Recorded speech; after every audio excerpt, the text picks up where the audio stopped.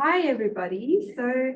Welcome to our Meta Center Wednesday Wisdom session, where we invite speakers from around the world, from all traditions, to share their wisdom with us.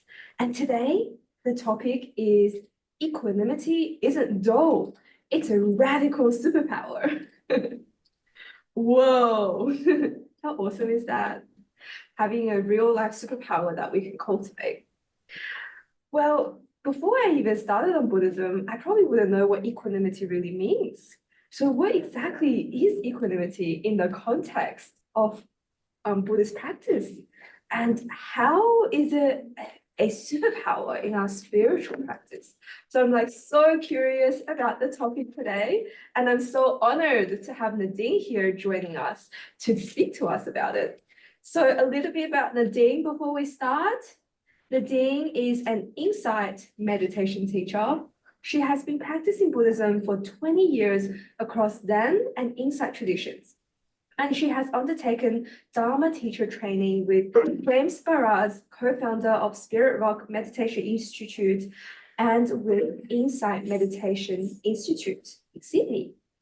By day, Nadine works as an academic at a Buddhist higher education institute in Wollongong, Australia, where she teaches mindfulness and compassion science to teachers, health professionals, and postgraduate students. Nadine has led multiple meditation groups, retreats, Buddhist study groups, and compassion courses over the last decade, and is passionate about the wisdom of the body and other ways of knowing. Her teaching style is intuitive, organic, participant-centered, and inquisitive. She enjoys adventures with her baby and 7-year-old son and partner, and is lucky enough to live close to, as well as taking time out for silent retreat practice. Oh, so wonderful to have you here with us, Nadine, to hear from a lay practitioner who's dedicated to practice and learning insights from you. So as always, this is a interactive session. Nadine will take us through a talk first and then end with a bit of meditation. Throughout the talk, you're very welcome to ask any questions at any time. And there might also be a little bit of dedicated question answer at the end. So to ask a question, if you're in person, you could just ask me to unmute or just speak up. If you're online, as always, you will be very welcome to post your questions in the chat. And if it's a private question, you can personally post it to Nadine and she'll be able to see that and she'll be moderating today. So also this talk will be uploaded to YouTube. And without further ado, over to you, Nadine. Thank you. Thanks. I always find it so awkward listening to my bio, but anyway, it happened now. Oh dear.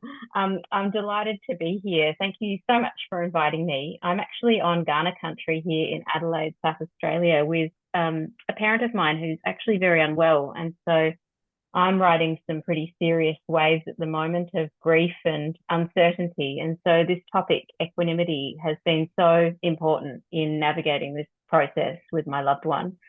And it's something that I've been contemplating for some time. So that's why I chose to speak on equanimity. Also because I think over time I have discovered that it's such an amazingly beautiful and liberating quality, and something that we don't pay a lot of attention to. Well, I didn't used to pay a lot of attention to it. I used to think it was like a neutral state, and it wasn't as sexy as, say, compassion or metta. And so I'm really interested in unpacking what equanimity is, why we practice it, and how we practice it. And so I'm hoping that this talk will be of use to you in your own practice and your own journey. So as Sophia said, tonight I'll offer a talk, and you are welcome to ask me any questions throughout. And then I'll offer a bit of a thought experiment. And then lastly, we will cultivate equanimity together in practice. So that's how I'm going to run it. And then at the end, if there are any kind of burning questions that have arisen, we'll have some time for that, because we've got a really roomy hour and a half together, which is very lovely for once. Usually I'm confined to 60 minutes. So thank you. Oh, okay. So you would all know that equanimity is the fourth boundless quality in the Brahma Viharas, and the translation in Pali is upekkha. And equanimity is usually depicted in traditional statues of the Buddha.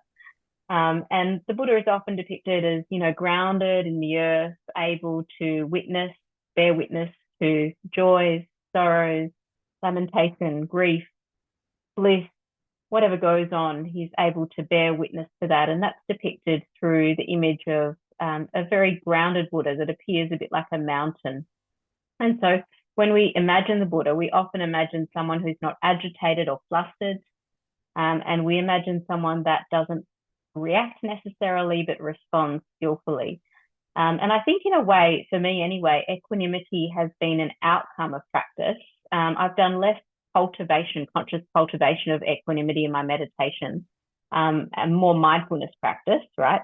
And I think mindfulness in a way is infused with equanimity. But what I'm trying to say is that it's years of practice that has led to an equipoise, or a sense of equality towards what goes on in my life, the ups and downs and everything in between.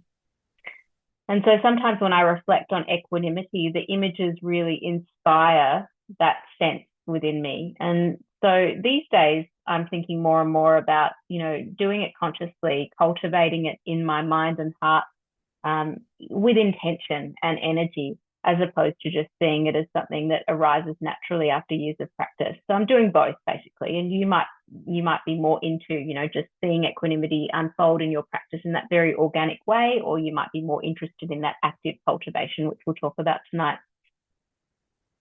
So some of the imagery that you can use when you try and cultivate equanimity can come from nature. And, the Buddha was really good with his relationship to nature and the way that he used metaphor to describe certain emotional, feeling, mental, heart states. And one image that we find in Buddhism of equanimity is that of the mountain. And when you bring a mountain to mind, you can imagine that a mountain isn't really bothered if it's raining, or if there's sunshine, or if someone's climbing up the mountain or sliding down the mountain. The mountain has a certain presence, a certain groundedness, and the mountain is unwavering in that sense. And so when you bring the mountain to mind, you can imagine that equanimity kind of underpins your sense of your practice and how you operate in the world.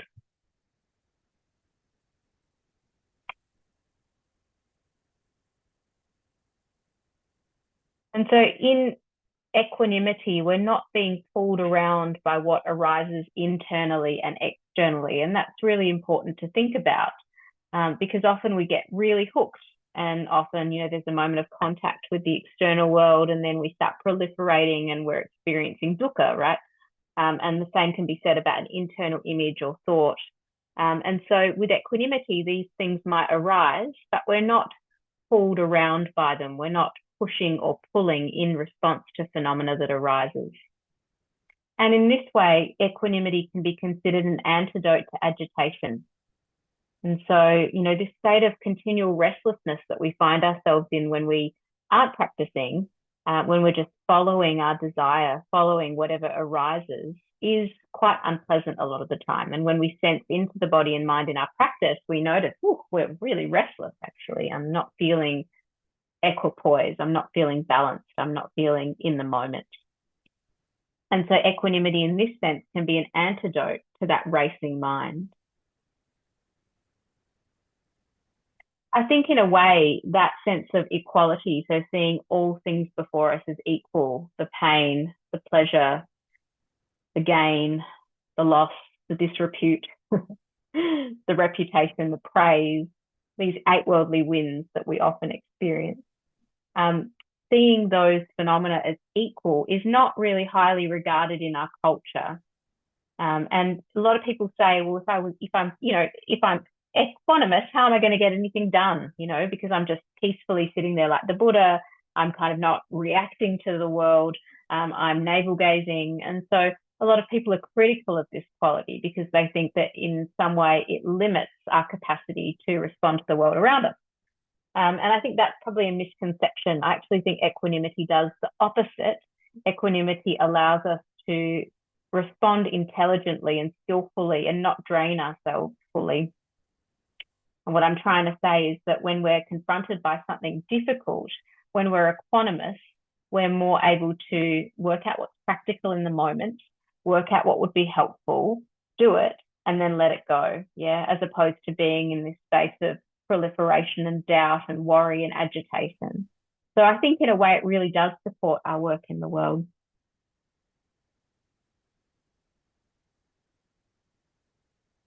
So back to what it is. Equanimity allows us to open the mind up like space. Yeah. And so we're contacting experience as it arises, whether it's pleasant, unpleasant, neutral. And the space is not reactive. It's just witnessing, just like in mindfulness, you're bearing witness to what's going on. And, you know, the notes and the labels that you use in mindfulness often are infused with that sense of equanimity, that groundedness, that mountain-like quality that I was referring to. And this doesn't mean that we become dull or boring. We actually still experience things, but equanimity leads to a type of tracelessness. And I think that's the key word for me, tracelessness. I love that word. And so in this sense, we kind of expand out to the whole field and we hold the bigger picture, but we're not pulled by a particular contact. We're not pushing anything away. And we're letting things move through. And they move through in such a way that they don't leave a trace in the mind. That's the ideal. That's where we want to get to. And things have this kind of movement about them in equanimity. And so it's not that we're just experiencing, you know, bland, neutral, white toast every morning existence. We're actually experiencing something much more exciting and perhaps even more alive, I would say. And I remember once I read this wonderful book by someone called Mark Epstein, who you might be aware of, who's a Buddhist psychiatrist. And he spoke about emotional fluidity. And emotional fluidity has that same sense about it. It's connected to this idea of tracelessness. And so his goal with his psychoanalytic patients was to get them to a stage where their emotions were fluid. They weren't stuck in fight, flight, freeze, or fawn. And so what that means is that, and I noticed this quite a bit in my practice, that we experience a range of emotions in a day. Yeah. We don't get stuck on, say, depression or anxiety. And I'm not saying you're all there or you should be there. But what I'm trying to say is that that is the ideal with equanimity. We've got this space, we're grounded like a mountain, and things come and go. And I think there have been studies on how long an emotion lingers. And a lot of the time, it's not very long. It might feel like a long time, but often it's like 2 or 3 minutes. And then we move on to something different. So equanimity allows that channel to clear for us. And we're more able to offer emotions and experiences safe passage in the mind heart. And so we're kind of trying to include it all, right? Everything. It's not that we're grasping at a particular experience and we're not kind of horrified by what's in the mind or humiliated by what arises or repulsed. We're actually just open. So it's a stance of being open and ready for whatever's to arise. And I can tell you from experience, there are many things that arise in my mind that I don't like, that aren't congruent with my sense of self or who I am in the world. Because as Jack Cornfield says, the mind has no shame. The mind will think, and it will think crazy thoughts. And it will think like disturbing thoughts. And it will think pathetic thoughts. It will think all sorts of thoughts. And you'll also feel things that are surprising. You know, someone will give you a slight look and you'll feel hurt and you'll think, you know, surely I got over that. That was me when I was 8 years old, you know. But still, these moments arise within us. And so in equanimity, we acknowledge that in a way we don't have control, that the causes and conditions have come together in such a way to arise, as to lead to a certain arising in the moment. And so the equanimous stance is to accept that thoughts will come and go, emotions will form, external events will rise, dissipate, change. And we haven't chosen this, really. I mean, we've certainly acted in certain ways, and that's one cause or one condition. But ultimately, there are so many other factors and forces in the mix that lead to a certain moment in time. And so with equanimity, we acknowledge anything could happen, the unexpected, pleasant, the unpleasant. And I'm just thinking of an example of that in my life. I mentioned in my bio that I just recently had a baby. He's 6 months old, and he was unplanned. I'm nearly 40, so I wasn't planning on having a baby at around 40. But here I am with this beautiful boy. He's my second, and it took a lot of letting go of the idea of my life to get there, right? Because I had this certain idea, like what did I want to do with my life? I wanted to focus on career, I wanted to travel, I wanted to do all these things. And I let that go. And eventually I was really open to what was about to happen. And it's just been the most unexpectedly beautiful thing, because he is just a delight. And going through motherhood a second time has been very different for me. Had I not been open, had I been closed to this experience, I'm sure it would have taken a completely different form, right? And so in a way, we're kind of rolling with the punches, yeah. And then, of course, there are moments that are unexpectedly awful, yeah. You get an awful diagnosis. Someone you love, your partner, passes away, gets sick. There are those moments too. And equanimity does not discern, right? It's not about preferences. And so you're rolling with what happens. And so if you're experiencing something awful, anguish might arise, despair, the many faces of suffering and grief will arise within you. And equanimity allows us, again, to sit like a mountain, to allow these moments to arise within us, move through us, and be exactly where we are. So the truth is, and we should know this by now, we're never going to get away from pleasure and pain.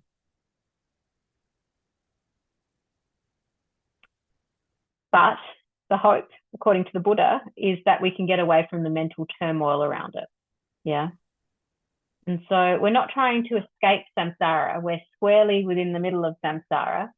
And that's both delicious. I mean, this whole experience of having this baby has been absolutely delicious, and terrifying, because I know my body is aging and might not make the distance. Something could happen tomorrow and I could, abandon this child. There are all sorts of configurations that I wouldn't even be able to create in my mind that worry me. So I try not to go there. But I know that life is so deeply unpredictable. So we can't escape from this unpredictability, yeah, and the joys and the sorrows of the world. But what we can do is we can adjust our response. And equanimity invites a kind of attitude of patience and openness and awareness of the ups and downs and vicissitudes of life.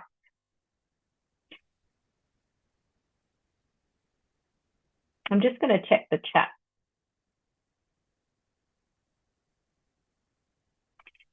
Please define equanimity.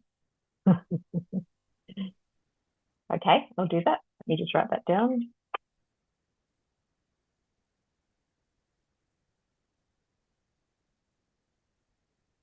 The mountain itself is not a living being. Is there a living comparison for equanimity? Okay. Well, I don't really, I mean, I could give you my own definition of equanimity, and I could also say that various traditions have got different versions of equanimity. And so I think it's probably safest to stick to my own interpretation for the purposes of this. And you can look up the definition of equanimity in the canon. That might be a good idea as well. But my sense of it is a sense of equality or evenness in response to changing phenomena. I think that's simple enough. So an evenness, a cool acceptance, and a willingness to stay within the middle of it all. I'm now elaborating. I'm going to stop doing that. Yeah. The mountain itself is a non-living being. Yeah. And for some people that works as a metaphor. For other people it doesn't. Is there a living comparison for equanimity?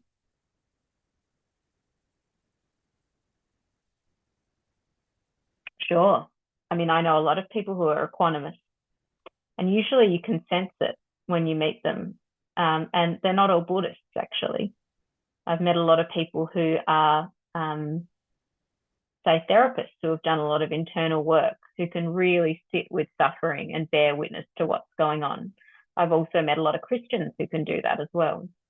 And so I think that there are a lot of living examples. You know, you can think of Thich Nhat Hanh, for example, or you can think of Joan Halifax.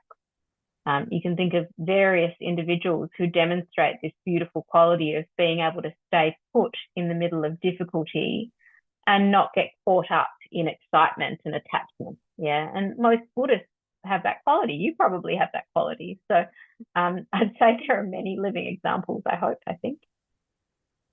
Okay, mountains that are not shaken by stormy winds. Yes, absolutely. Not being happy or getting good news. Is it equanimity? I understand neurotic opposite of that is being cool as a cucumber. Is that equanimity? Oh gosh, you guys are offering the hard questions up front. I was going to get to that. Yeah, look, there are some near and far enemies of equanimity, and detachment is a near enemy. And so being cool and appearing to be detached, but actually disappearing because you don't like what's happening, is not equanimity. Equanimity requires a response, and equanimity involves us being open to and feeling what's actually happening. Yeah, so we're actually experiencing life. We're not disassociated or numb. That would be my response. Yeah, I mean, look, it depends if you, sometimes we're unhappy when we get good news for complex reasons that I, won't go into. We might have a certain psychological makeup for certain reasons that we might not be happy. But if you're just feeling a sense of dullness or numbness in response to the good in life, I would say that would be more disassociation or detachment rather than equanimity. Equanimity has an aliveness to it, a real alive quality. Okay, so Simran, I'd love to hear from you. Hi Nadine, thanks. So just to clarify my understanding, so with equanimity, does that just mean sort of that you still experience the full range of emotions, but you're just not acting on it? So like you still know that, oh, I'm doing this and I'm gaining a lot of pleasure from it, but you're not like, oh yeah, you're kind of just like, I know I'm getting pleasure. I can feel it coming up, but I'm not then acting, if that makes sense. Beautiful. I love that example. Yeah. So you're aware of the pleasure in the body and the mind. And so you've got certain poise or equipoise about you in experiencing it. And you're not running off, you're not allowing the mind to move into papancha or proliferation in that moment. And you're not perhaps getting ahead of yourself and, over the top about something. You can still act, like physically act. So say, for example, you witness something like, for example, when a kid is about to run across the road, you grab their arm, that's response, and that's right response. And so you're still acting. You're not like, oh, this is interesting. A kid is about to cross the road. I'm so equanimous. I'll just let them walk. It's just all karma. So if they get hit by a car, no problem. No, you still are acting in that compassionate way, because equanimity is very close to compassion. So I would say you act, but you act from a place of conscious skillfulness. And it's linked to right action in a way. It allows right action. Hope that helps, Simran. Yeah. Okay. So is equanimity aware of what's arising, but also letting it go? A dullness is repression, yes, even though what's arising is occurring in the background. I was going to get to letting it go. I'm really careful with that phrase because it kind of suggests more agency than what we have. I would prefer letting it be. So aware of what is arising, but letting it be. And so when sadness arises, and I've, to be honest with you all, I've experienced a lot of negative emotions in the past 2 weeks, and I've seen so many different sides to them, including anguish. And anguish is something I used to be very frightened of. But what happened was I saw the anguish and I was like, oh, that really hurts. And my whole body feels contracted. And I was like, anguish is happening right now. Anguish is happening right now. Exactly as it is. Anguish is here. And it went away. on its own accord. I didn't have to let anything go. Yeah. I let it be and it self-liberated. That's the first part of your question. Dullness is repression. I would agree with that. It's a lack of aliveness. And it's probably linked to fear of experiencing certain feeling states or emotions, even though what's arising is occurring in the background. Yeah. Yeah. Yeah, it's interesting. You often meet in practice people who experience nothing or not much at all. And they might say that they aren't a very emotional person or they don't experience feelings. And that's really interesting to work with as well, because sometimes we have become numb because of past traumas, but also because habitually we have been told that emotions are bad, like we're kind of frightened of emotions, and that's a cultural phenomena as well. And so instead of feeling joy, we just kind of push it down and we get to a stage where we're, I don't know, catatonic. And I think we've all had moments in life like that. And I think often in Western medicine, we might refer to that as depression or periods of depression. Helena's getting a sandwich. That's great. Making me hungry. Okay. And lovely to see you, Helena. I noticed you were here and it's nice to see your name there. Okay, let me keep going. So here's another metaphor for you. And for the person who doesn't like the mountain metaphor, you might be extending yourself too far with these nature metaphors. But if you think of a little sapling, right? Little sapling, and little sapling needs a bit of wind, as long as it's not too much to thrive, and also some sun and some rain. Yeah.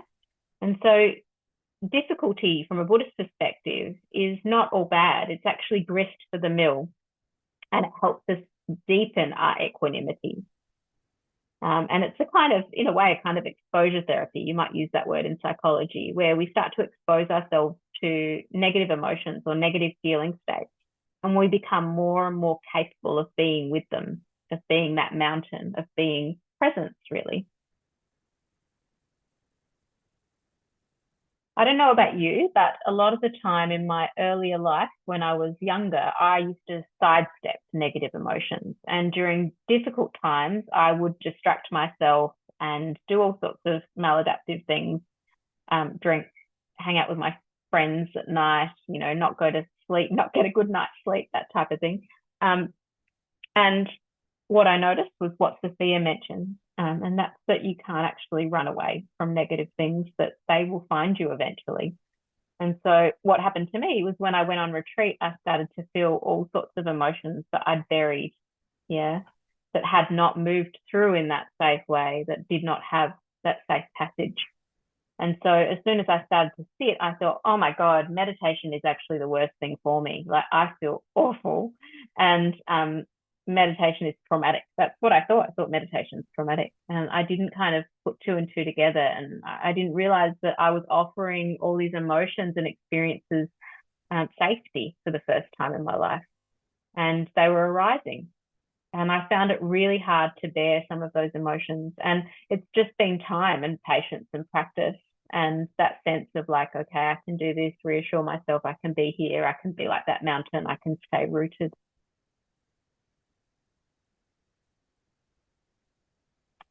So back to the near enemy of equanimity, detachment or indifference. So you might notice that that is a kind of dullness in the body. You can't sense anything. Often we sense emotions in the midline, from the head to the tummy, and there's nothing going on. It's like a blur. And we might also feel really edgy, or we might feel completely dopey and like we want to sleep. Often detachment presents like that. And so that's a hint to you that you're actually disconnecting from the present moment rather than becoming intimate with the present moment.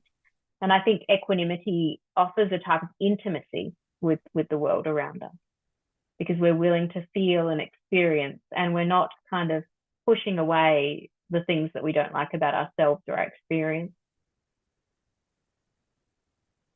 Equanimity also isn't complacency or passivity. And I mentioned that, you know, it does incite a type of response, a skillful response to the world around us. And sometimes we don't know what that response should look like. And that's fair as well. And often just sitting in that ambiguity or uncertainty, like what should I do, is part of your practice, part of your equanimity practice. Because we often don't like that kind of sense of ambiguity.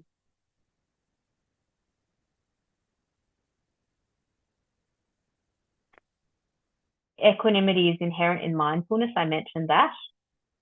And it involves a type of clarity or clear thinking or knowing what's happening in the moment.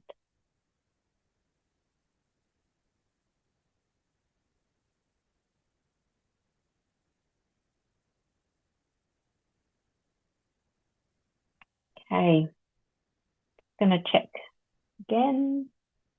Yes, feels like torturing mind when you're in a bad mental state. Yeah, exactly. The mind can torture you, absolutely. And usually it's only the mind that tortures you. There aren't a lot of factors outside of the mind. Because it's our mind's response to what's going on that causes mental suffering from a Buddhist perspective. Both, what's the relationship between equanimity and emptiness? Oh, that's a beautiful question. I was just thinking about that yesterday, actually. Oh, they're so linked in the sense that if you develop an understanding of impermanence, anicca, and dukkha, those three characteristics, if you really develop an understanding of those and you realize that everything bad that happens to you will change and end, and everything that's good that will happen to you will change and end, and you live from that place of understanding, then you're more likely to offer an equanimous poise in relation to the world, because you have a sense like, oh, it's a really bad day. And you know within you somehow, in your cells, in your bones, that that'll change. And the same goes for the opposite. Like, oh my God, I won the lottery. How fantastic, right? And then you're like, yeah, okay, money will be good. And then I'll experience something difficult. That's life, ups and downs. And so I think in a way, so they're inextricably linked, I would say that. And so we work on both levels. We work on the level of developing our understanding of those three characteristics through our study, through our contemplation, through our reflections, through watching sensations in the body as they move and change and morph into different things, through watching our thoughts as they move and change. And then we also work on the level of cultivating something of an equanimous stance that is mindful and fully present. If that answers that.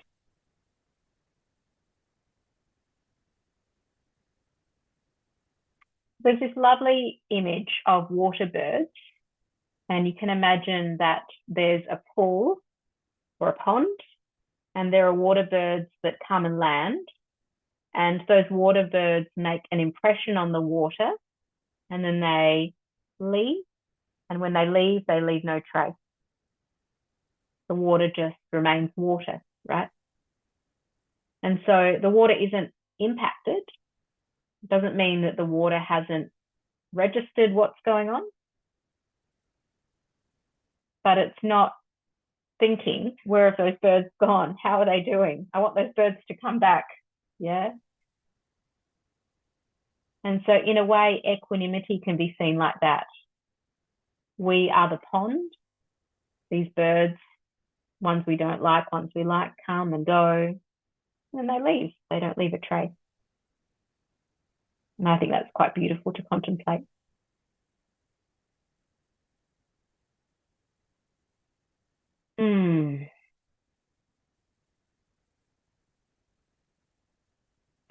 So when we really embrace this idea of tracelessness and what it fully means and how it can kind of be in the service of what we love in the world, then there is a type of intimacy, with the world.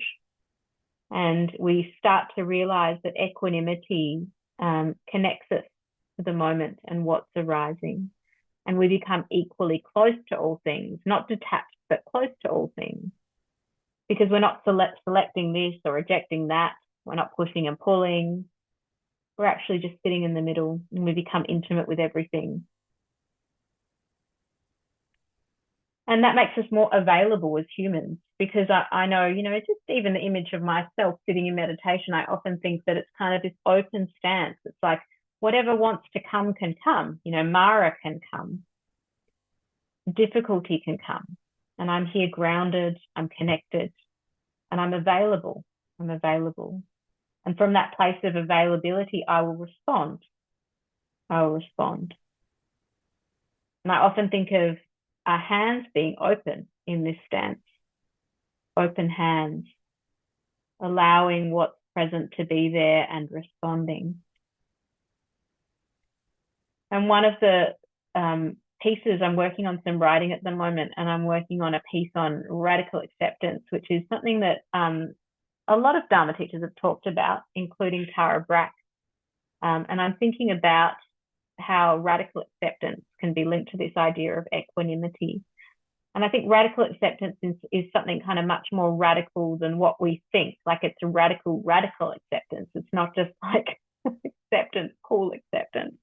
Because in a way, I think when we come to the spiritual path, we think, oh, I'm going to get like rapture and bliss, and I'm going to get this sense of like feeling good all the time, and I'm going to get well-being, and I'm going to get all this stuff. And, you know, get is the operative word in that statement, this kind of sense of wanting to gain feeling states. And then we realize that, you know, that's not actually what happens. Often what happens is what I described earlier. You're sitting on retreat, and all of a sudden all your past traumas are like right before you, and you're like, oh my God, what's going on with my life, you know? And so you're getting something that you didn't ask for a lot of the time. And so in that sense, I think that radical acceptance takes us into this field that, you know, most people would not be comfortable with at all, right? So I just like want to commend you for being Buddhist, because it's actually like a really tough ask. And so if someone said to you, like, you know, just someone who wasn't Buddhist, they'd be like, oh, what, you know, what do you do in meditation? And you're like, I sit there and I like replay my past grief, and I start crying, and, you know, then I think about my abandonment, and then I have a blissful state. They'd be like, what? Why are you doing? That's crazy. But we know that developing that sense of acceptance and equanimity towards what is will actually help us in the long run, will free us in the long run. It's actually our ticket out of dukkha, of suffering. And so in that sense, radical acceptance of whatever arises can feel really countercultural, I think. And often we're kind of bogged down in the sense of positive thinking and spiritual bypassing, and we're kind of minimizing negative emotions and emphasizing positive emotions, and thinking that acceptance is about, you know, feeling good, having a beautiful life. And then we realize, no, acceptance is something much more deep. Acceptance is a kind of gradual process. And it's something that actually just requires a lot of very simple work, which is coming back to the moment. What's arising now? Can I be with what's arising now? Can I be equanimous in relation to what's arising now?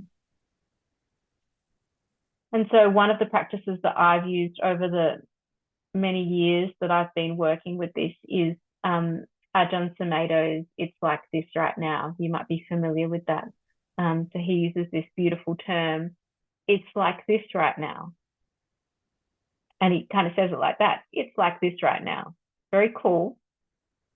And so when something's arising in you that you don't like, you know, and I think Eddie referred to the word torture. When torture is arising in the mind, it's like this right now. Torture is arising. Yeah. Can I be with that? Can I feel it in my body, recognize it? Have some faith that if I let it be, it will change. Yes, it's like this right now. I'm hungry now. It's like this right now. Yeah, and so on and so forth. And so that mantra or phrase, it's like this right now, is something really useful to hold on to. And so I use it when I'm distressed, but I also use it when I'm feeling nothing much at all, you know, just drinking a cup of tea. It's like this right now. And so what we're doing here is we're letting go of our fixation on positivity and feeling good all the time. And we're moving towards something that is way more rich, I would say, and unexpected. Because you don't know what will happen if you start to be with these negative feeling states. or negative experiences, they might open up in a really interesting way, in a really unexpected way. And when I was writing this piece, I was looking up some of the psychological literature, and I found that just recently, over the last couple of years, that psychologists have published on the health benefits of accepting negative emotions and thoughts. And one study was a longitudinal study looking at this exactly, and claiming that one's capacity to accept negative emotions correlates with their happiness, which is no surprise to Buddhists, right? That's what we've been saying. But it's something that's now being evidenced in the literature. Also, there have been studies on the role of judging emotions. So you know how, our instinct often is to say, like, this emotion's good, feeling blissful is good, this emotion's bad, anguish is bad. That voice in our mind that does that, if we can quiet that a bit and we can act in a way that's neutral in response to emotions that arise, the psychological literature is telling us we're more likely to be happy and well. Again, no surprise. Okay, so Eddie has asked, how did you go past this very difficult beginning phase? Yeah, so that whatever negative feelings can be accepted instead of finding distraction. Yeah, Eddie, that's so good. And just want to honor that I'm still there, Eddie. Like, there are emotions that hook me in as well. And gosh, it's more like a spiral than a straight line for me. So, yeah. I think really simple practices, Eddie. And firstly, self-compassion, because we go through a lot of pain in this life, and samsara is not for the faint-hearted. Like, it is no joke. And there are going to be moments when we're buckling at the knees because we've lost something or someone in our lives, or we've just got such negative self-talk in the mix that can be so painful. So just to acknowledge that, we all experience difficulty, extreme difficulty at various points in our life. I don't think anyone has gotten away with not feeling that. And so self-compassion is just the go-to when you experience that, like working out what you need. Do you need a hot bath? Do you need a drink? Do you need a hug? Do you need to ring someone? So, those really practical resourcing techniques. And having a teacher is super important as well. And I remember when I was on that retreat, which was about 15 years ago, that retreat where all this trauma came up for me, going into the Dharma interview was so important, because the teacher just looked at me with these eyes of like, of course, darling, of course you're going through this. This is being human. And I can feel it. I'm like tearing up thinking about it. And that just really supported me, because I didn't feel guilty anymore about, having these strong emotions. And I also felt really tender towards myself. And so, yeah, a teacher. And then if you can, a bit of connection to what's happening in the body and the thoughts. If you can conjure up some mindfulness, where do you feel it in the body? Is it in your chest? Can you be with it exactly as it is? If not, then go do something else, go for a jog, go to the sauna, do whatever you need to do, but come back to it when you can with a little bit of equanimity. And it's just a muscle, I think, Eddie, that you build over time. And eventually you're able to withstand more negative experiences and emotions because you have done the work and you've been doing it over a long period of time. So I think we all have that capacity. It's nothing special. Just, we've just got these amazing, agile, beautiful human minds that can connect with these qualities. And everyone has that capacity in my experience. Helena said, it's like we want positivity for self-esteem, but self-compassion is better. Yeah, I agree with you, Helena. I think the notion of self-esteem is a bit passé these days. Because we have so many different thoughts about self, don't we? They're not all good. And self-compassion is something that we can use that I think can support us in whatever feeling state we're in. And self-esteem is changing. You know, sometimes you're in a workplace where you're having a difficult time and your self-esteem can be at rock bottom, and then you go to another workplace and it's, you know, more positive. So it's just kind of empty phenomena, like any other phenomena rolling on. Can we be with that too? Yeah. Okay. Good. Where am I up to? I'm 45 minutes in, aren't I? All right. I'm just going to offer you a thought experiment. So there are some phrases that you can use for equanimity, and they're super helpful for me because I don't know about you, but I often want people to be a certain way based on my expertise and knowledge, which is very limited. But, you know, like say, for example, someone is acting in a way that you don't like or you don't agree with. And this can go for yourself. Like we often do things that are silly, that are sabotaging of our well-being. And, you know, just now, for example, I've got an x-ray of the chest that I needed to do 3 weeks ago and I'm avoiding doing it. I can't really tell you why I'm avoiding doing it, but I'm just doing something that's self-sabotaging, right? And so we all do things like that. You know, we eat silly things, we drink silly things, we go to bed at 1 in the morning instead of, you know, 11 at night. There are just many things we do, and we know better. And then we have that relationship to others as well. We think like, why haven't you gone to the doctor, or why aren't you taking better care of yourself? And so when we have those judgments, these phrases can be super helpful in cultivating equanimity. And the main phrase that I work with is, I care about your suffering. I really do care about your suffering, but you are the owner of your action. And so in that phrase, you can kind of sense that that individual, you know, you don't have control over the causes and conditions that have led to something, or control over someone's decision making, but you have got the capacity to respond to them in a caring way. And so, you know, you care about someone's happiness or unhappiness, but ultimately that depends on their actions. And so what we might do is we might actually bring to mind someone, this is not the meditation, just a thought experiment, someone who we have in our lives that we disagree with, someone who, you know, we don't think is doing the right thing or could be doing things better or differently. Can you think of someone? It doesn't have to be, you know, an extreme example. It can be something really basic.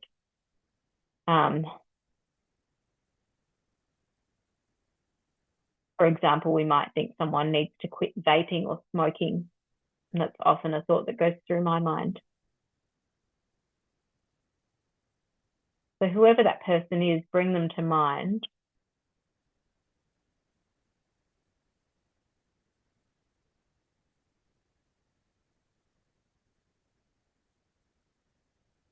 And bringing to mind this thought, I care about your suffering, but you are the owner of your actions.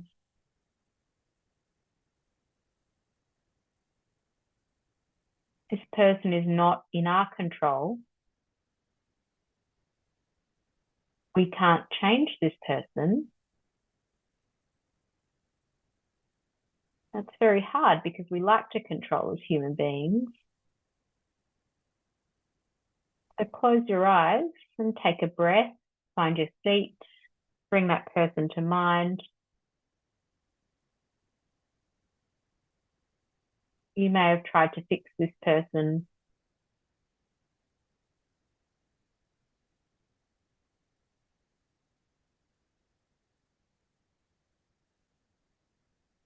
And there might be something that you dislike about this person, the way they live their life, the way they think, the way they behave.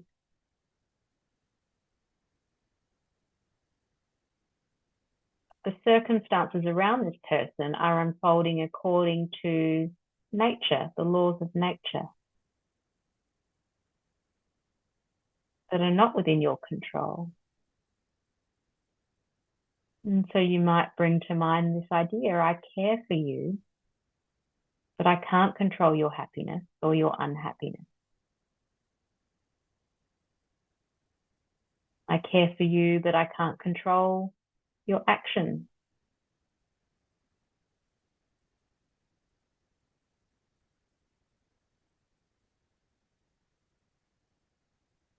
your actions depend on your decisions, not my wishes for you.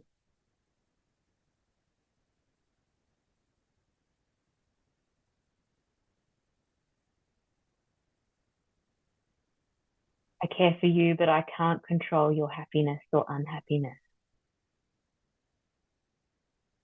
And just linger with that in the body.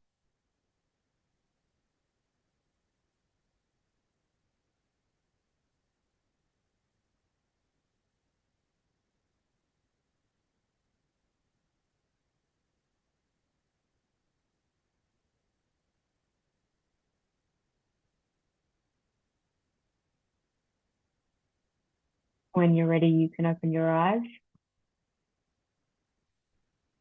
And I'd love to hear from a few people as to how that felt and whether that was uncomfortable or strange or positive, whatever happened.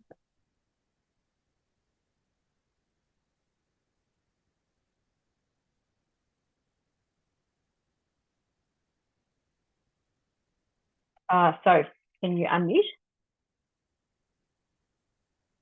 Me? Oh, okay. Hello. I was saying maybe I can start to kick us off. I felt an immense amount of sadness, like to start off. Like there's a reason why we feel the need to take action and for it to change. Sometimes it's out of different reasons, but for this particular person, it's out of immense sadness that I can see they're experiencing. And I experience as I'm like trying to let go, or like as I'm repeating the phrase, there's that attachment to like wanting to change things for them, which is where the attachment of wanting to do something to help them come from. And then it's just like, and then my mind got distracted, honestly, a little bit. But then it actually made me realize like how compassion leads to equanimity, but attached compassion does not lead to equanimity. So if I'm truly compassionate, it's taking action without expecting an outcome. But if I'm expecting something to happen, like doing it out of attachment for this person to be better, that creates suffering for me. And that doesn't really allow equanimity to be there because I'm expecting something to happen. I want it to change. So yeah, letting go of that and just I guess as you said, allowing it to be, like allow the suffering to be there for the other person, like in a way, and allowing the suffering for myself to be there, of like wanting to change it for the other person. Yes. Yeah, would be my sort of experience. Beautiful. And I think in a way, when you can let things be in that sense, the caring takes a different form. It's not like I need to fix you, what are you doing? And I'm certainly experiencing that with my parent who's dying at the moment. I can't fix death, can I? And so, but I can bear witness to the process. And that's probably one of the biggest gifts that you can give someone who's dying or in tremendous suffering, is that letting be. And as you say, acting from a place of acceptance for what you're going through, what they're going through, and allowing that care to spontaneously arise, which looks a bit more like compassion than attachment. So beautiful. Yeah, thank you. Okay, Simran. Yeah, for me, my experience was quite different to you. So, like for me, I just felt a whole lot of nothing much because I feel like I just live like the way that I live. I already feel like I just let people be, and for me, I think I'm more at the stage where yeah, the way that like I'm thinking I care about this of the person suffering is like I can be there, I can listen to you, and when you're complaining about it, I understand. Like I feel like I can deeply feel with how that person is feeling. And the thing is, though, that in my head, I know that I could say, oh, you could do this, you could do this, you could do this.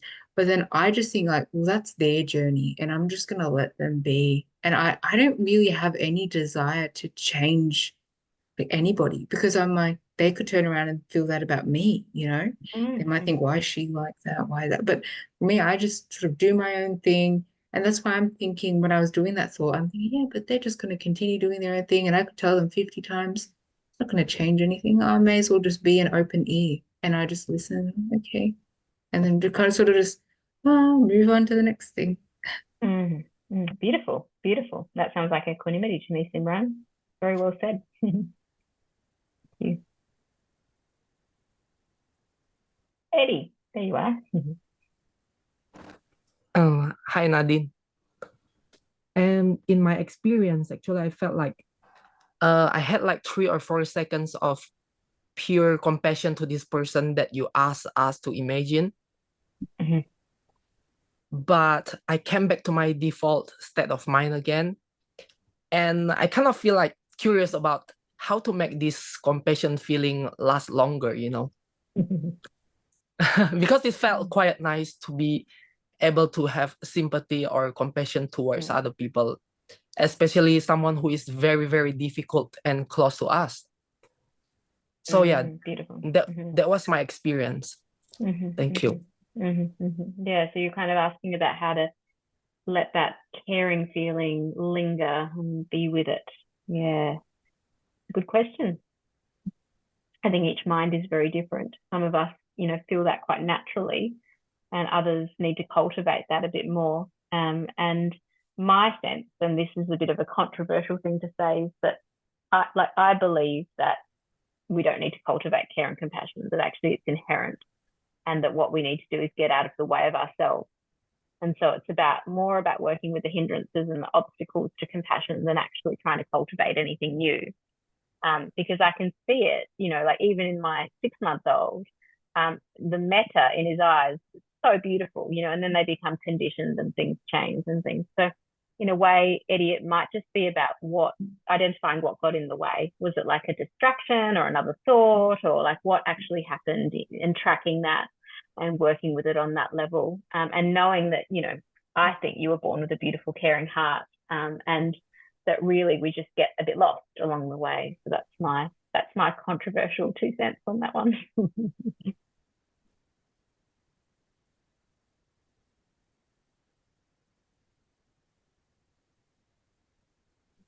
Elena, yes, hey. Share my experience too. I think I was thinking of just a friend I have that has gone through depression for a long time, but they often want me to check in like daily, and sometimes over time it has become a bit of a like, if I don't do it, they get upset, etc.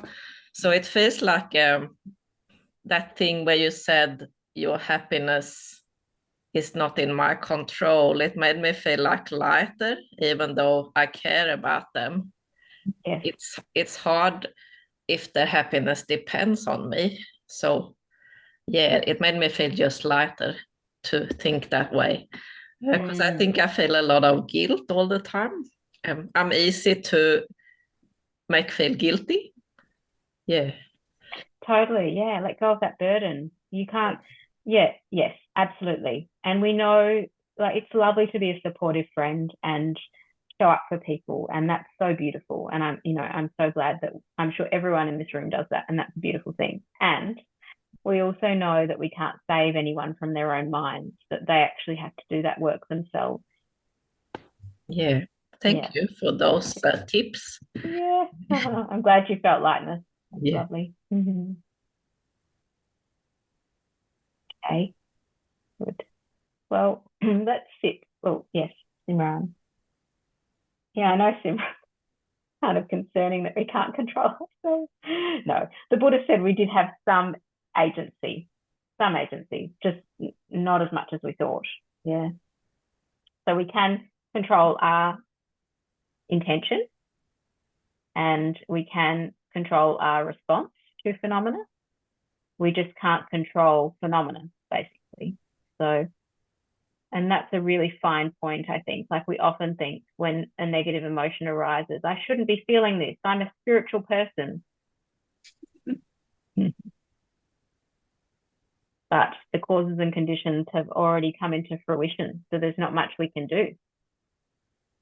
All we can do is let it be and respond from compassion. So, yeah, which is happily within our control most of the time, I think. Okay, so let's sit together for a little bit. I've got a nice equanimity meditation for us, and then we'll move into any further questions. So let's sit for about 10, 15 minutes. Okay, so getting in touch with your posture.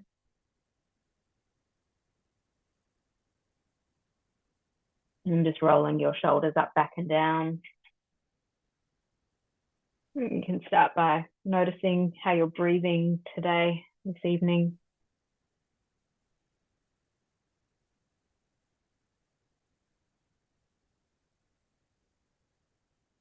And that could have been a moment of engagement, curiosity, or interest in your mind. And so you might notice that you're breathing quicker than normal, or you might be completely relaxed. You might be breathing deeply,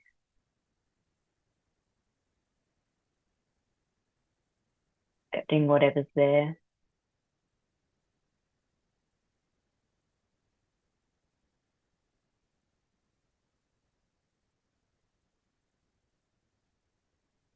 And becoming aware of the body and your bodily sensations.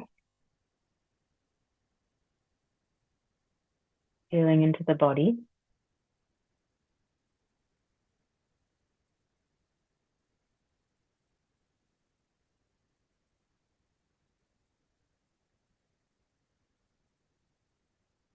And becoming aware of sounds as well.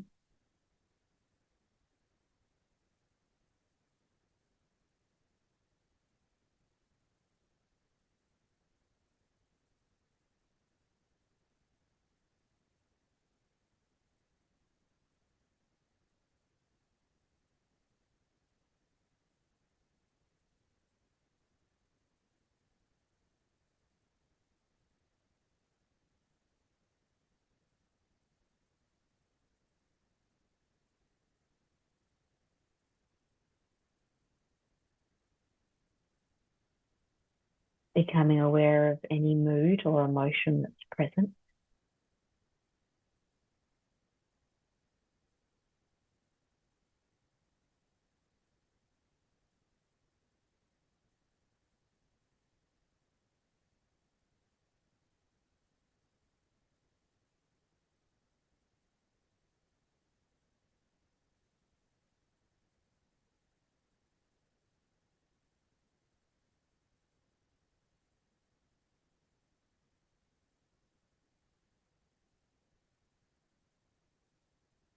Feeling into the body.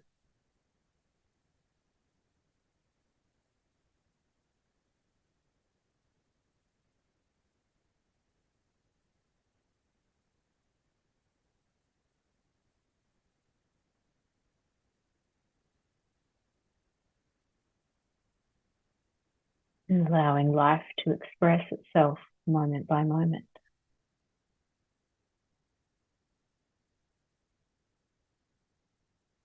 Receiving bodily sensations.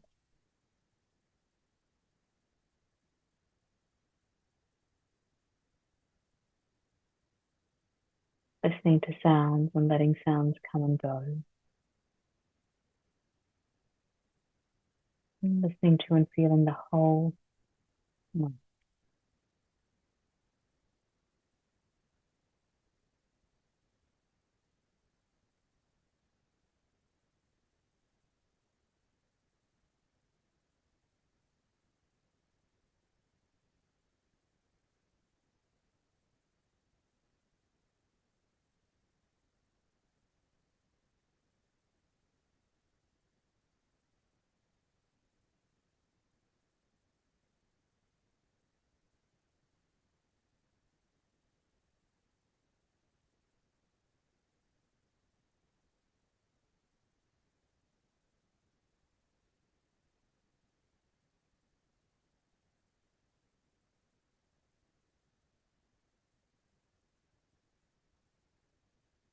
allowing yourself to be.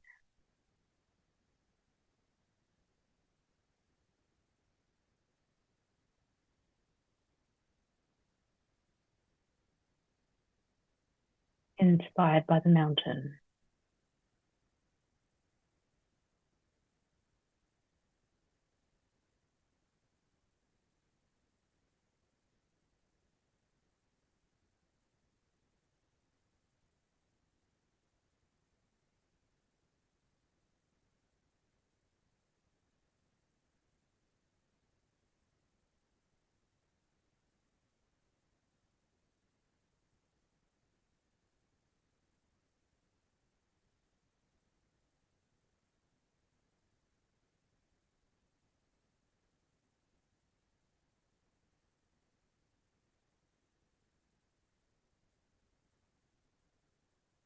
When the mind drifts into thought, notice that and come back to this sense of balance,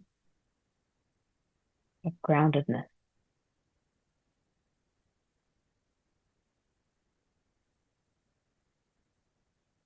You are present with exactly what's happening right now.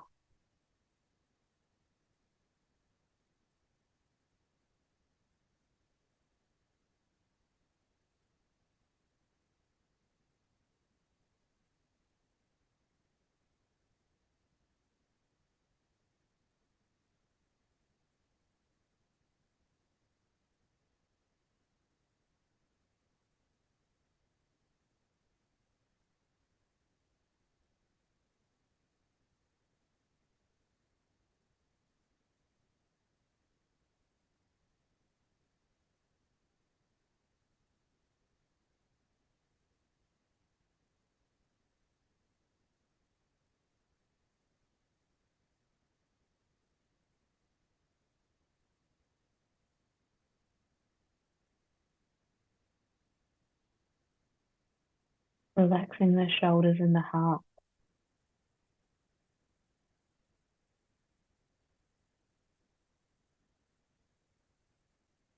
Allowing the rising and falling of experience.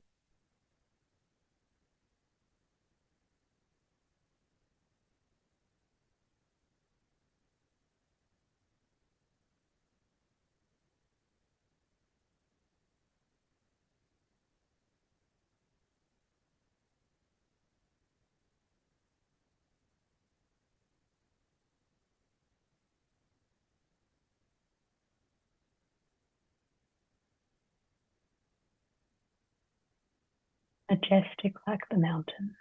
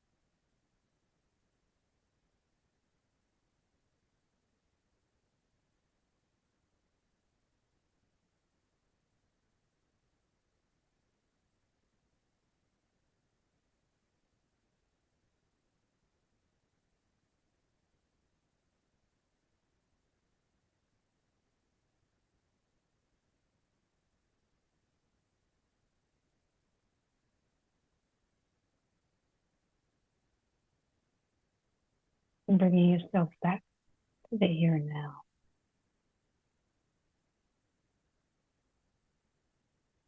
It's like this right now.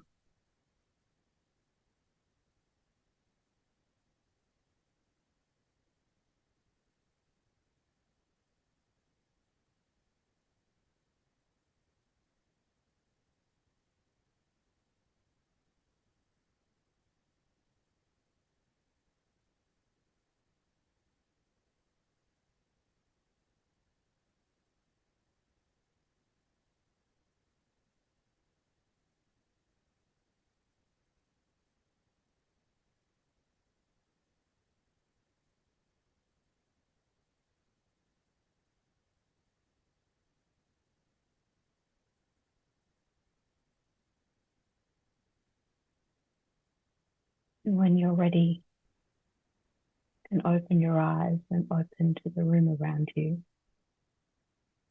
taking it in with those same autonomous eyes.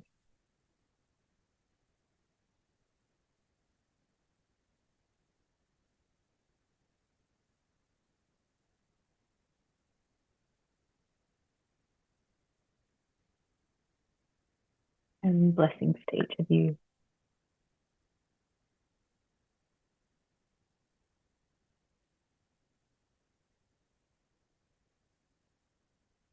Okay. So we have some time for anything undone that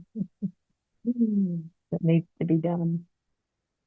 So any questions or confusion or anything you'd like me to elaborate on? I'll just give it a moment to see who's out there. Got Simran, put her hand up. Sorry that I keep talking in this one, but I actually feel like I really hit it because I was sitting there meditating and then I could feel like, oh, my nose is itchy. Oh, it's painful, it's painful. But then I thought, oh, this too shall pass. And instead of like scratching, I just was like, just feel it, just feel it. And I just fully felt it. But then after, because I could feel like, oh, I know I'm feeling pain. But then I was able to just let it pass because it did pass. And then I actually saw where the happiness comes from that because I thought, oh, wow, I can experience that and be fine. And it doesn't really affect me as much.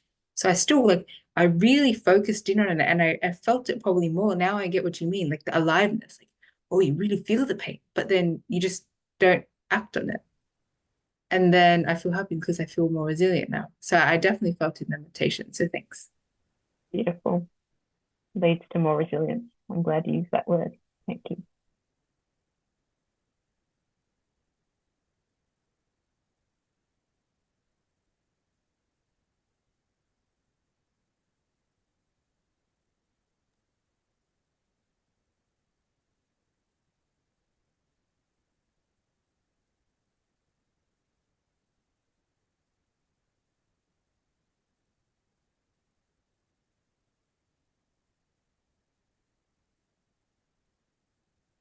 Nice just to hang out in the silence, isn't it?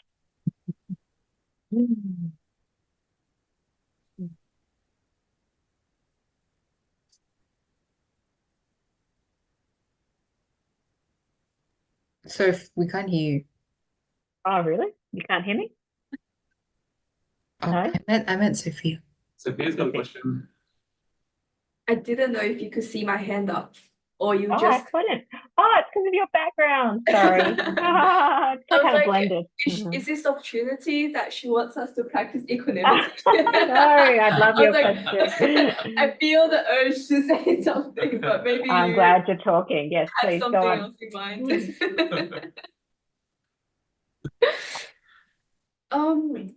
Actually, like, yeah, that was a beautiful session. Thank you. I felt lots of emotions coming, but the guided equanimity allowed those things kind of arise, and then you realize the roots of the roots starts coming out. So that was awesome.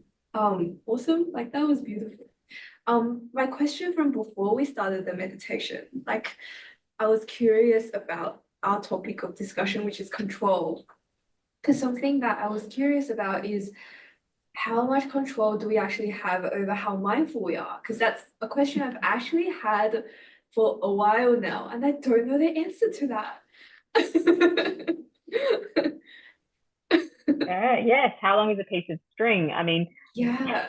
it's the whole question about agency and constrained agency. You know, it's like my past actions, my ethical behavior, my past moments of mindfulness, my past moments of mindlessness come together in a certain moment, and you can try with your intention and your energy to practice mindfulness. You've certainly got some capacity there, but it doesn't always work, right? Because sometimes those forces are undermining your energy and intention.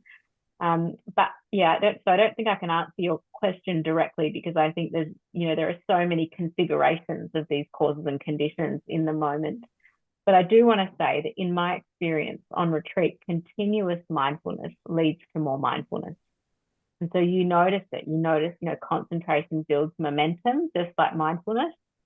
And so by, applying yourself over and over again, even when you're not sitting on your cushion, more mindfulness is born, and so on and so forth. So that's like you being a scientist there to kind of work out how much agency you've got. And so I think that if you keep trying and you do it in a way that's flexible and lighthearted, then I think you do have some capacity to encourage mindfulness, in my experience. Yeah. Thank you. I've let go of that question for a while because I'm like, I don't know the answer to that. So yeah, thank you. Yeah, I think it's trial and error in relation to your own mind as well. So yeah. It's almost like we can't control if in this moment I'm mindful, but if I happen to remember to be mindful, I could be mindful, but I can't control in this moment how mindful I'm going to be, or if I remember to be mindful in this moment. But it's like every time we remember, we could be mindful, and that allows us to be more mindful over time. It's like a pattern that we strengthen in our mind.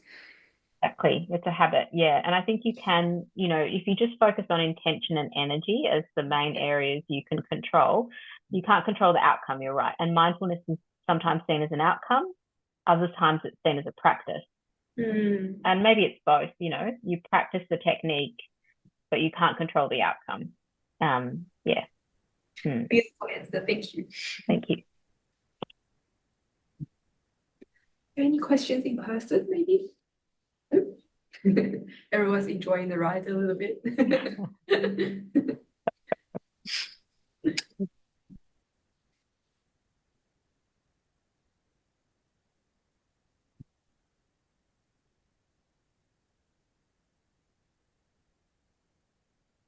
If no one has any questions, Nadine, I can ask another question. Yeah. Yeah, so so you mentioned that you practice both Zen and spirit rock. So what's sort of like, there's all these different techniques that are available to us, right? Sort of like, what is your way of like understanding what you want to learn or practice next, or what is suitable for you in this present moment, like with all the different traditions that Such a good question, and maybe something that has been present for a long time within me. Yeah, look, I'm very much influenced by the work of Rob Bavea. I don't know if anyone's heard of him, but he was an insight meditation teacher that died in 2020, I think, from pancreatic cancer. He was from Gaia House, and he was very much a bit of a trailblazer in the Dharma. And he combined this approach, which he referred to as soul making, with Buddhism. And within that paradigm, he talks about the spiritual fire. And so we all have spiritual fire burning within us and a call. And for me, in my own life, it's been about listening to that call. So rather than using my analytical mind, like, oh, the Theravadan tradition says this, the Zen tradition says that, there's a difference there, or Tibetan Buddhism has got this view, even though I really enjoy that and I I'm engaged in that.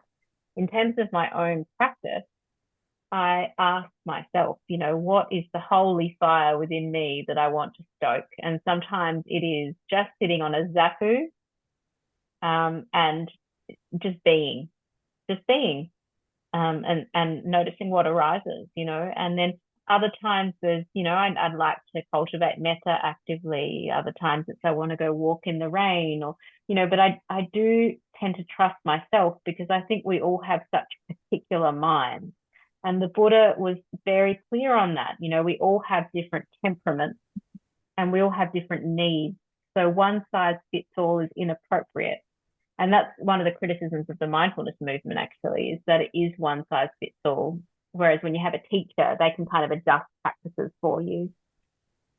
So working with a teacher, I do work with teachers across both traditions, which is really helpful. Knowing what spiritual question is alive within me, knowing what that holy fire is, what's soulful to me, as in like what feels good in me, and trusting that rather than the shoulds.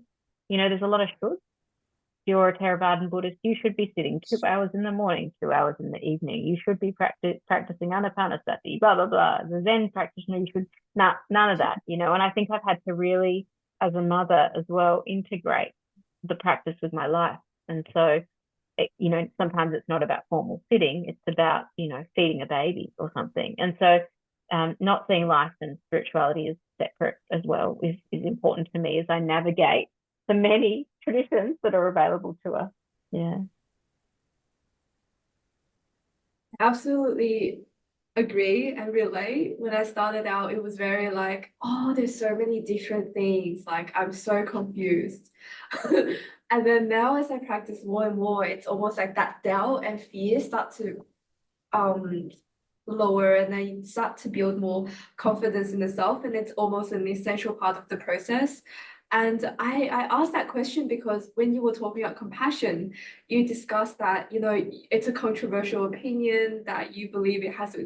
I agree with you. And I've been learning from a Tibetan tradition. So it's very interesting to me that, you know, you don't really specify and practice Tibetan, but what like sort of one of the teachers teach that we have compassion within us naturally. It's a quality of the mind, and it's about discovering it. And the way you phrased it when you were talking about that was very similar. I absolutely also, yeah, I think that we're very lucky as lay people. We don't have to look for a lineage. So like often can be confusing, especially for Metta Center. We have so many teachers coming. So even my mom asked me the other day, like, how do you know? So that's why I asked that question. You answered it beautifully. It's kind of like about how you feel and what connects with you. It's not just a conceptual like this or that. Definitely. And I often have Jack Cornfield's words in my mind, who's very Californian, and he says, just enjoy it, baby. And I just like, you know what, just enjoy these different practices, try them on, see how they fit, you know? So that's helpful to me, is that kind of spirit of playfulness and experimentation and non-dogma.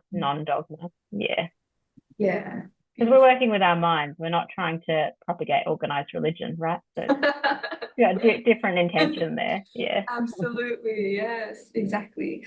And also on the topic of equanimity, what kind of, like, why did you choose equanimity as a topic? Is it like a special topic for you that you wanted to talk about today?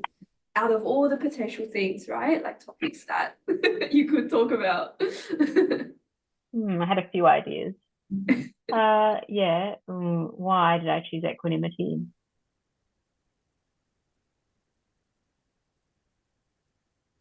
You know, I think that I'm okay, in the sense that I used to think I was emotionally not okay a lot of the time when I came to practice, that something was wrong with me, and that I needed help or something. And I think with practice, I've realized that I'm okay, in that I can withstand a lot of difficult emotions and a lot of difficulty in my life, and I can recover. And I think that quality is equanimity. And so I think it's undersold in a way, because it's undersold because we often look for something more than that. But I'm so valuing just being okay, you know, being able to be with really difficult circumstances, sleep at night, eat my food, feel okay in the morning. And I mean, what delight just to be okay in life. So in that sense, I think it's a topic that is really worth deepening. And I also think we're really caught up in trying to control our circumstances, that as well. And so the freeing of that, I think, has so much liberation potential. So that's what I would say. Let's try and be okay. We don't have to be great. We don't have to be great. Let's just be okay. That's good enough, I think, for now. Absolutely. Thank you so much. Even when we do our spiritual practice, oftentimes it's like we get in the, I mean, I've definitely done it. It's like, oh, like, why is there no more happiness? Like this practice about being more happy. And so this like talk was very about like just being okay with the good and the bad, like reminding us about what the core of the practice is. It's just being okay. It's like the society teaches us like there's something wrong with just being okay, but like just being okay is great, and it's actually very deep practice as well. So yeah, absolutely, like so wonderful to have you join us and able to teach us that. I just want to open the floor for any last questions before we finish up.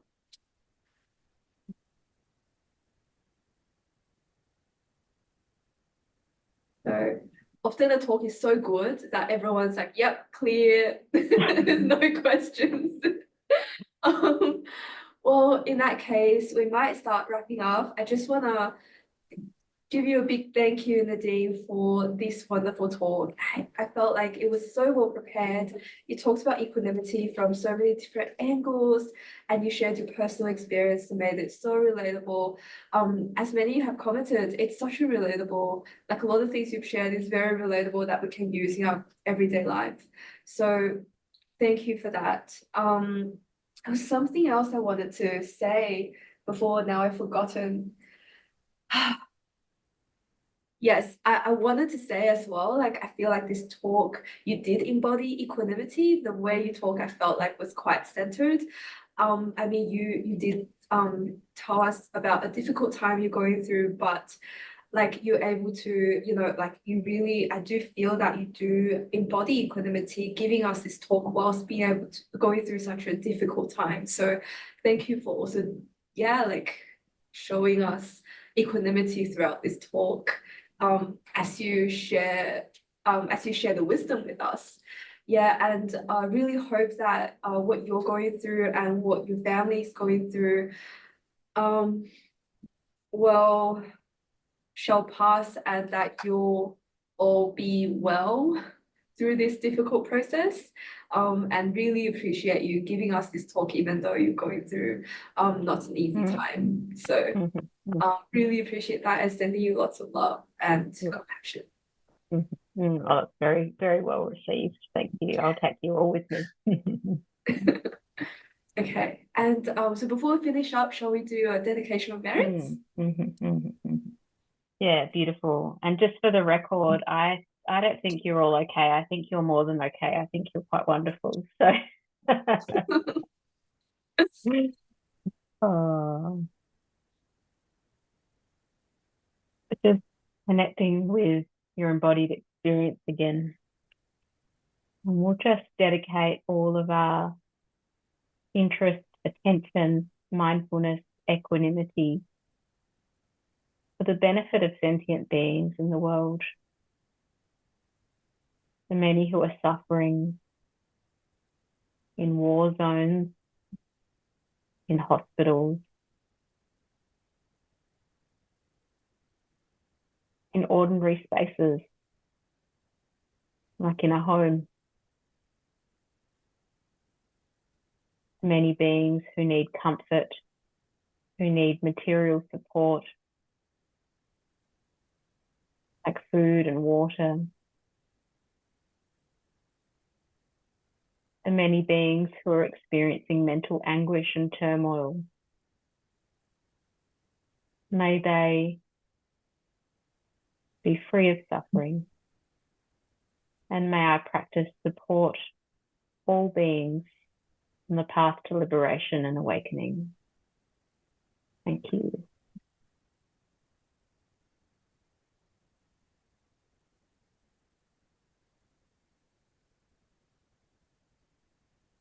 Sadhu, sadhu, sadhu. Sadhu, sadhu, sadhu. All right, so another Wednesday wisdom completed, ticked off the bucket list in a wholesome way. Thank you very much, Nadine, for joining us again. And before we finish, I'll have some notifications on your virtual Zoom screen. So we have our meditation classes, usual 7 to 8:30 p.m. Bankstown in person and online. Yoga classes in person in Bankstown, 6:30 to 7:30 on Tuesdays. And then Wednesdays, we have our Wednesday wisdom, as always, 7 o'clock to 8:30 here in person in Parramatta, as well as online. And we have monthly workshops with Maya, Karunika. I think there's one more in November, yes, on the last Sunday of each month. And then we have Ajahn Tanisro Sydney teaching tour as well on the 22nd and 23rd of November, 2024. So please join us. That's going to be a wonderful event. So yeah, like Ajahn Tanisro is coming all the way from Canada. He's a great meditation teacher. It's really good. So yeah, would love to have you join us. And yeah, that is all. Thank you everyone for all your questions and participation as well. Hope everyone have a lovely evening and wonderful week ahead. Good night. Thank you, Nadine. Nadine. Thank you Thank so you, much. Nadine. Thank you, everyone. Thank you. May you all be well. May you be well.